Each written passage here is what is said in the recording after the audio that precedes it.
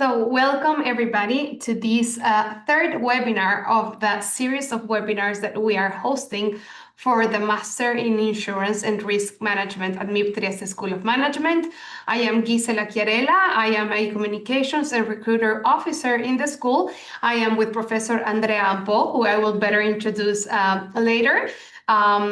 So the first webinar we hosted for you was about Trieste. So we presented you why this is a unique city that can be your study destination, a perfect and unique study destination. The second webinar was to present the program's director, Federica Seganti. And now we are in this third webinar dedicated to the faculty, so to better understand the faculty at the MIRM Trieste School of Management. We are excited and proud to have like three different types of faculty at MIRM Trieste School of Management. So we have the core faculty with mainly professors from the school. We have the visiting faculty, so professors also visiting us from abroad. And we also have the adjunct faculty, which maybe are not mainly professors, but entrepreneurs that also come to share their knowledge and experience with our classrooms. So now, as I was saying, I will introduce Professor Andrea Ampò, which is part of the core faculty of our school.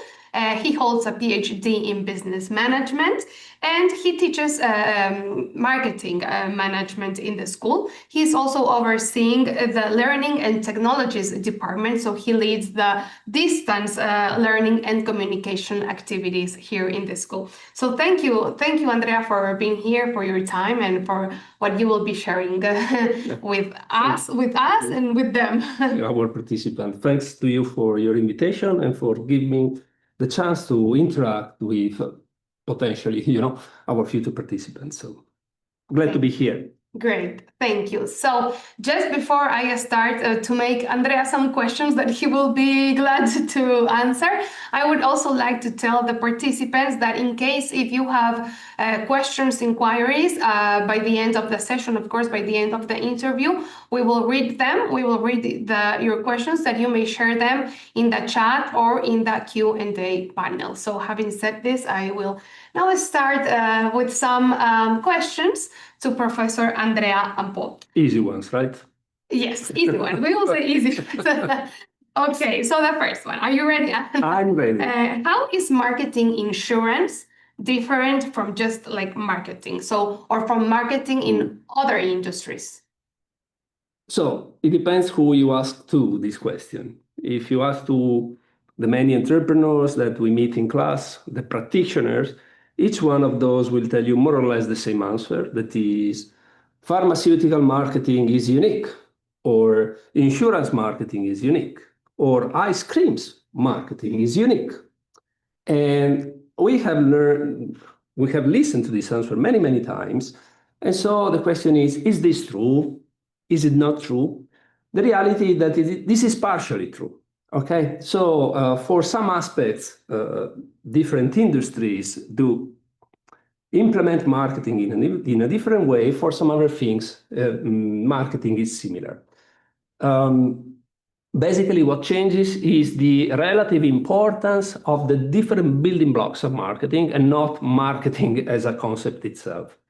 Now, the differences should be looked after in terms of why the product or the service we're offering is different. And the insurance, I have to say the truth, in this case is quite peculiar because insurance can be considered what we call a negative service. Negative service doesn't mean a bad service. It's a negative service. So it's one of those services that you buy or products that you buy, but you don't want to use. That basically means you buy it. Hopefully nothing will happen in the future, so you will not need this one. Okay, so just think this is something like a hospital. Okay, you don't want to go to the hospital. Okay, but in case you need it, it's an important service. So on one side, it's a negative service. On the other side, in some markets, not all markets around the world, but in some markets, in Europe for sure, it's a compulsory service for some activities. Just consider car insurance. When something is compulsory and you have to pay for that something, you don't like doing that. It's like paying taxes. Okay. Another aspect that is typical of insurance is the limited number of interactions that you have with an insurer. Now, we typically address insurance and financial services somehow in a similar way, but there is a lot of difference between a bank and an insurer. You go often to the bank, you often use your credit card, you use it almost every day. That's a service that a lot of interactions, okay? With insurance, if nothing happens, you just pay the premium, you just pay the price, you renew your policy, and that's it. All these things together make insurance a very specific category of service with a marketing implication. The fact is that when something happens, it's like the hospital, I said, you want that thing to work perfectly. So you don't want the company to make mistakes when you need them. Okay, you accept mistakes if you buy furniture, if you buy shoes, but you don't accept mistakes in case of insurance, hospital, and these kind of services. Another important difference between insurance and other products or industries is related to some specific categories of products in insurance. Let's consider life insurance, let's consider pensions, okay? What's the problem here? The problem here is the time gap between when you should start buying this product and when you will need this product. That basically is, you should start paying for the product as early as possible when you're young, but you will need them only in the future. This basically means that you always postpone these choices and you don't feel the need, of buying this thing. So in a way, we have to sell something that is not strongly perceived as a need when you are supposed to buy that particular product. This is another peculiarity. So basically, this is suggesting us that we had to focus a lot from a marketing perspective on a long-term customer focus, building brand that people trust, because I said it's like, the hospital, you have to trust your doctor, you have to trust your insurer. It's a lot based on trust, and on customer relationship management. So being brief, marketing is marketing, insurance marketing is slightly different due to the particular nature of the service we're talking about and the particular characteristic of the buying behavior. Very, very interesting. Let's go maybe some way deeper, at least with your course within the Master in Insurance and Risk Management. Your course is the Customer Centricity and Value-Driven Marketing. So why not just marketing? Of course, it goes with these things you mentioned, but what's the role of customer centricity here? Okay, so I have to say that most of the courses I teach, I basically only teach this full-time course, that is the MIRM course, because mostly I teach executive education or corporate.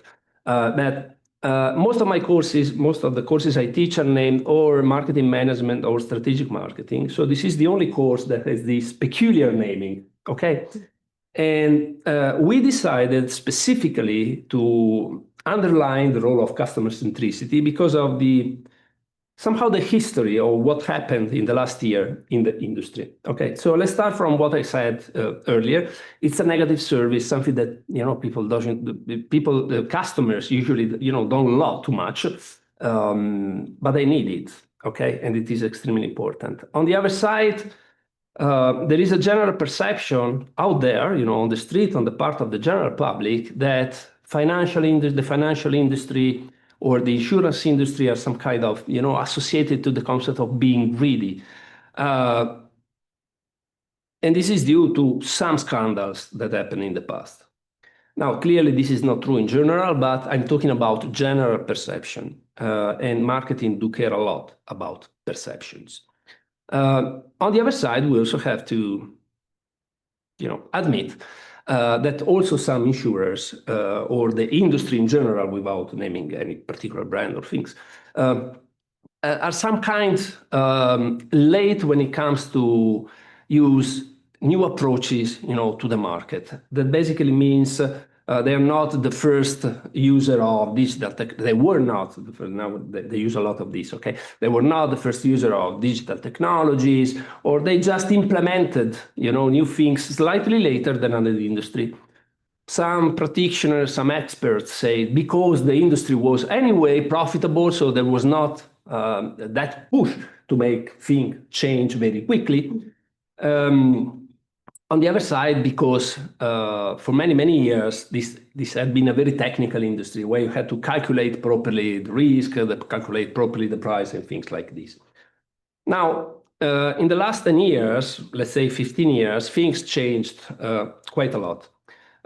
In the past, insurers used to compare one to the other. So I have to do better than this, I have to do better than this, where this is always an insurer, okay? Now customer got used to something completely different. They got used to pushing a button on Amazon and something happens. Okay, you can track the shipping, or you know everything about what's happening on a product or service that you bought. They got used to have very quick answers if they have questions, very fast customer service. They got used to connect to companies in many, many different ways, not only visiting a retail store, for example.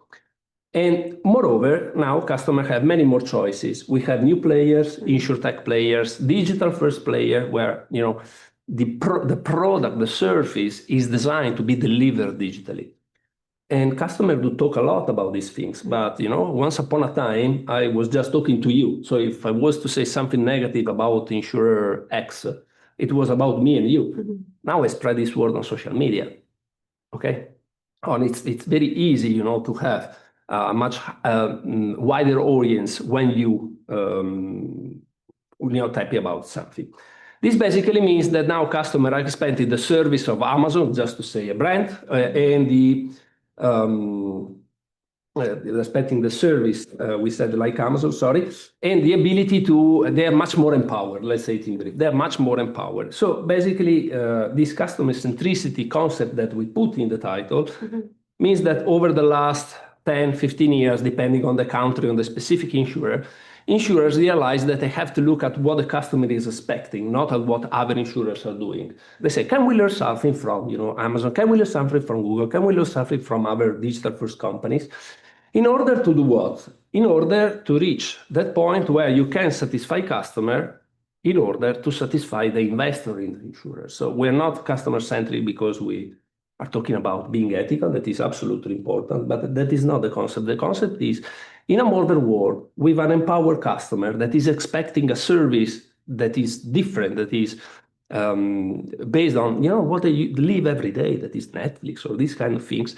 These kind of customers need to be satisfied. The product need to be built for them, specifically for them, in order to create value for the company.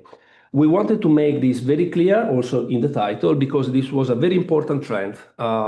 Even nowadays, if you enter some insurance offices or things like this, especially headquarters, this word customer centricity then evolved as customer obsession, driven a lot of changes in the market and in the way we are approaching marketing, and I would say the business in general. So a long answer for a quick question, but okay. Sorry. Much needed. Thank you. Now let's talk about the, let's say, practical part. So for example, here at the MIB, the learning experience is not just theoretical, but there are also, let's say, the practical cases. But in your case, how do you integrate these theoretical concepts with the practical cases in your class and within the MIRM program? No, we'll do what I said managers typically do. That my course is unique. No, okay, I'm joking. Let's say that marketing has some peculiarities. It's a very, on one side, wide topic. On the other side, is very applicative because you need to use those tools. Okay. From a didactical perspective and learning perspective, we use a lot of cases. Basically, it's called the case method that was born and very much used in Harvard Business School.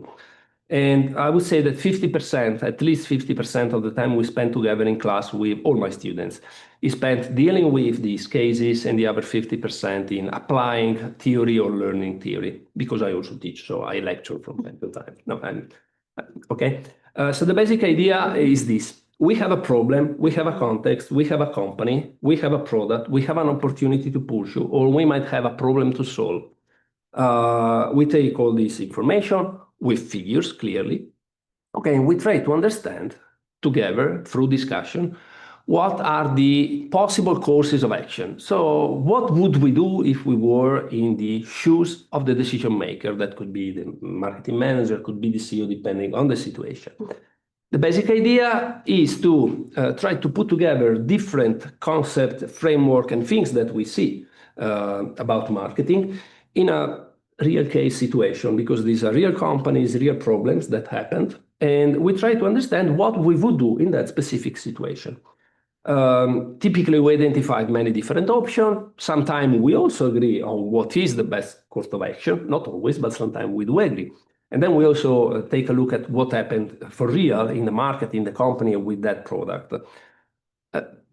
Through doing this many, many times, so with many cases and many applications, we are basically learning not only the concept because we apply them, but because we are putting them together every time in a slightly different way. So this is helping our brain to memorize things, not just we learn them by heart, but because we apply them in very different situations.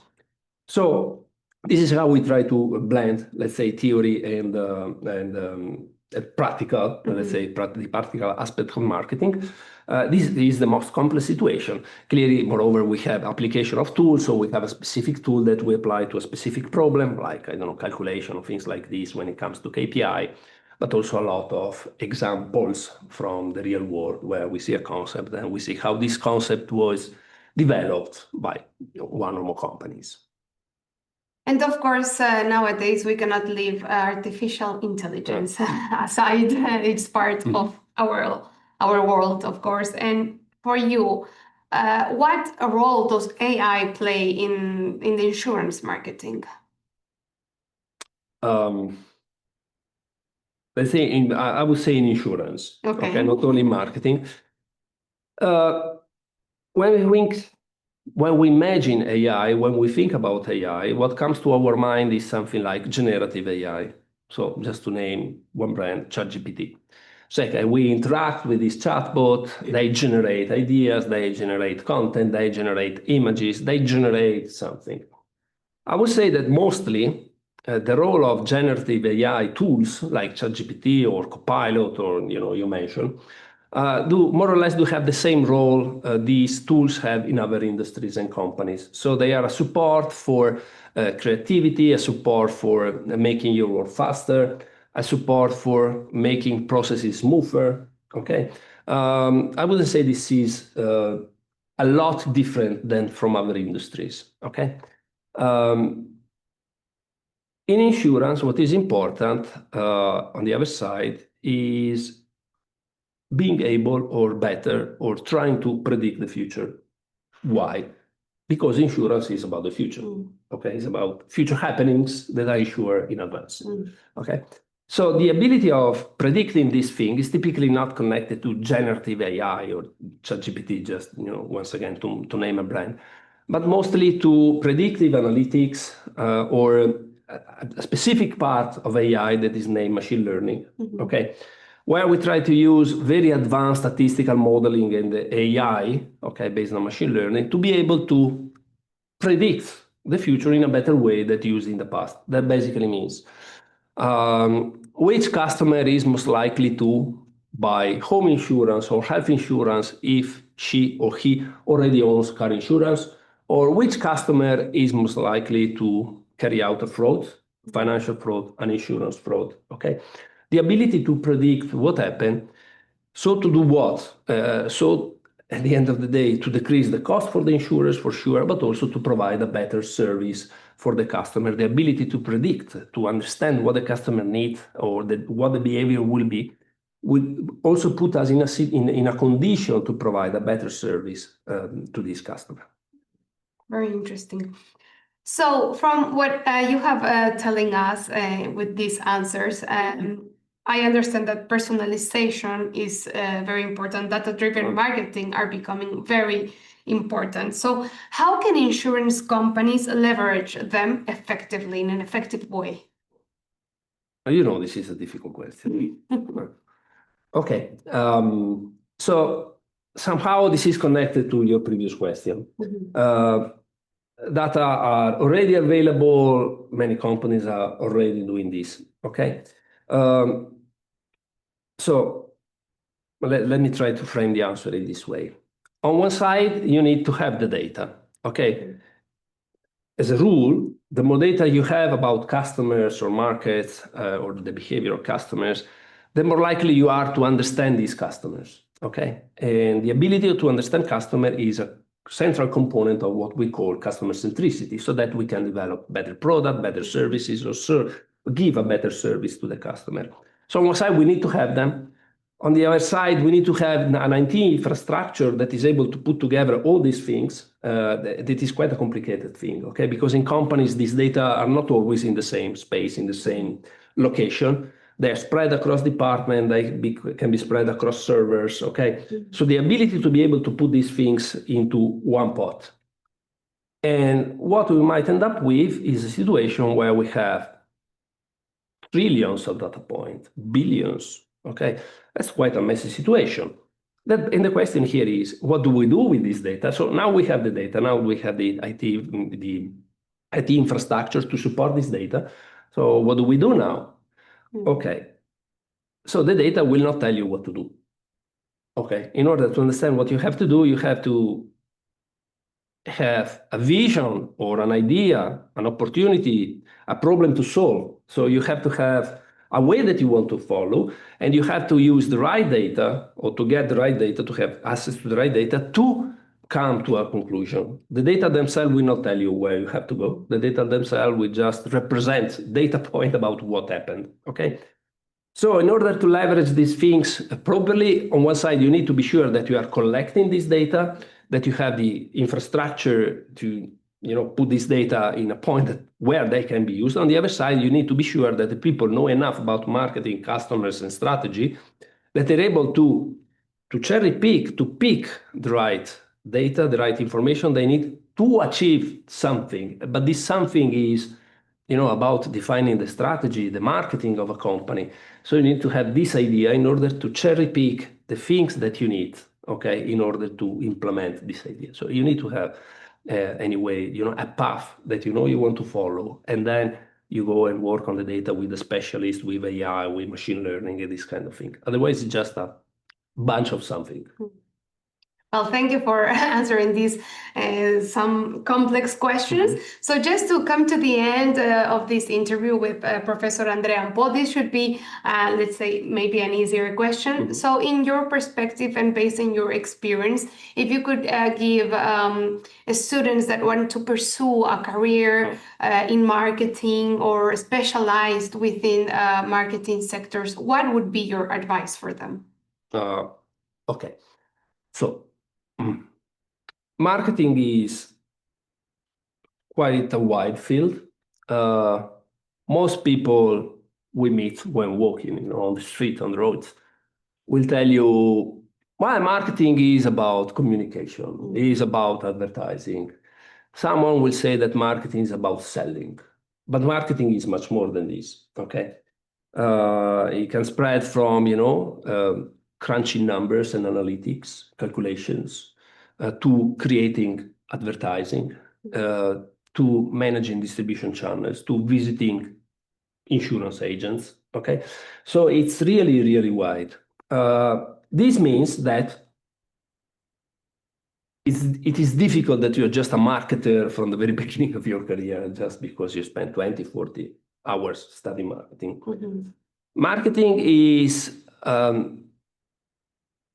made of many different specializations. So entering the marketing field, coming from a specialization, especially when you're young and you don't have experience, is typically required. So you need to be good to do one thing in marketing. That could be, I don't know, social media management, or it could be SEO, search engine optimization. So writing contents for the web and being sure that it is properly indexed, but it also could be visiting agents and creating contests for agents or involving agents with, in order to push sales. If you have a specialization, is much easier, to enter, to be a marketer, okay, a more general marketer, so to have a high role marketing, high role jobs. If I can suggest something specifically, it would be a good idea to join a marketing team or the marketing job coming from sales. Why? because salespeople are those in touch with the customer. They talk to the customer, they understand hopefully, they understand the customer, they sell things to customer, they understand what are the problems, they understand their behavior, they understand the differences between different customers. This basically means that while we often perceive marketing as something that is done in an office, the top floor, one of the top floor of a company in Milan or in, Munich or in Beijing, but the field is very different. If you come from sales, you have the opportunity to put the field experience, the customer experience, the view, the personal experience that you had with customers into an office where you develop strategies for all salespeople, for all other marketeers, and for the products and things like this. So this is what I would suggest. Thank you very much. Really, we appreciate your time here for this webinar of the series of webinars we're hosting for the Master in Insurance and Risk Management. Now I saw that we are receiving some questions. So I'm going to start reading them, and yes, we'll go through them. Okay. Even because I don't have my glasses, so I cannot read. Okay, don't worry, I'll read them. So the first one is saying, can you tell us something about grading exams? Is there an exam for your course? Yes. Yes, there is an exam. I mean, we're talking about a course with international accreditations. So one, of the top courses. We are not only us, but we want to make sure that the students that in future will carry the MIB label somewhere, are the right ones that insurers or other industries can hire. So there are also exams. Now, in my specific course, in my specific case, the exam is just a part of the overall evaluation of a single participant. So if I can tell you briefly, okay, this is not true for all courses, but in my specific course, we evaluate three different aspects. Okay, one is the activities that we do in class with cases, that basically is participation, sharing knowledge, sharing ideas, putting things into practice, both individually and in teams. On the other side, we have some instances where I will ask people, the students, you see it is marketing because I use the word customers, okay, to apply some tools to specific situation and to share that application with me. And so we and my colleagues, we're going to also to grade this and to give feedback. And then there is a final exam that is a part of the overall evaluation process, where it is not a business case, because that is going to take a lot of time to be delivered in a written format, so many hours, but applications. So typically this is not a multiple choice test. This is not about defining what marketing is or what this theory is, but it is about applying some of the tools we have seen to some example or some particular instances. So that is it. Good, great. I hope he answered your question. We have another one saying, what do you enjoy the most about teaching at MIB? Oh, very cool. It's quite an unusual question. I enjoy teaching. I taught in some different contexts. If I can, both companies and university contexts. If I can say what is enjoyable here is the possibility to spend a lot of time with students. Because when you teach in companies, you typically teach for 1 day, 2 days, so you meet these people and these people disappear. Here you keep meeting them, all day after day or every few weeks. So you have the opportunity to build up also a relationship that is not a personal relationship, but the ability to interact in a more, I would say, protected environment where you feel likely really to interact with the teacher. And as a teacher, you feel the interest in knowing what your students want to share, what they think about something. On the other side, I also have to say that for whatever reason, that could be the selection process or whatever, we have the chance to meet a bunch of different people with very different ideas, coming from very different background and countries. And it is extremely interesting how the same thing that can be seen from many, many different perspectives, and so to compare different point of view. And sometimes we need to find an agreement, and so to create, okay, this is the context where we have to make a decision. But otherwise, it's a very fulfilling experience to have the possibility to discuss with such diverse people. So this is extremely enjoyable, I have to say. Great. So we're gonna go through maybe the last few questions that we are receiving. So there's one saying, I never had the opportunity to cover marketing topics in my career. Are there teaching materials to be prepared in advance to take out the most from your course? No. Specifically for MIRM, I would say that most of my students at MIRM do not have a marketing background. So some of them might have some sales background, typically experience. I would say that the closest one to marketing are those with a degree in management. So they study some marketing, but mostly we also deal with lawyers, with people with, that study physics, mathematics. And so the basic idea is that I start from the scratch. Okay. We tend to be very quick in delivering and apply the concept. We go to the very core of the concept, so we don't spend time, reading a 800-page book. That is something that can be very much useful at the end of the course, because you can read something knowing what that something is useful for, or if you need it or not, so you can make a selection.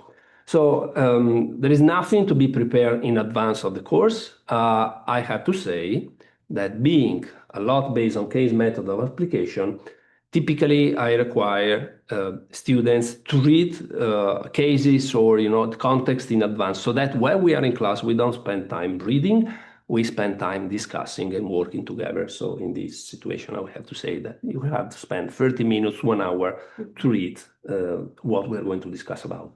Of course. Great. I think you provided us with our attendees, with interesting and I would say precious insights of your course within the program, and maybe gave them an idea of also the faculty at the school. So thank you very much, Andrea, for this occasion, for this opportunity.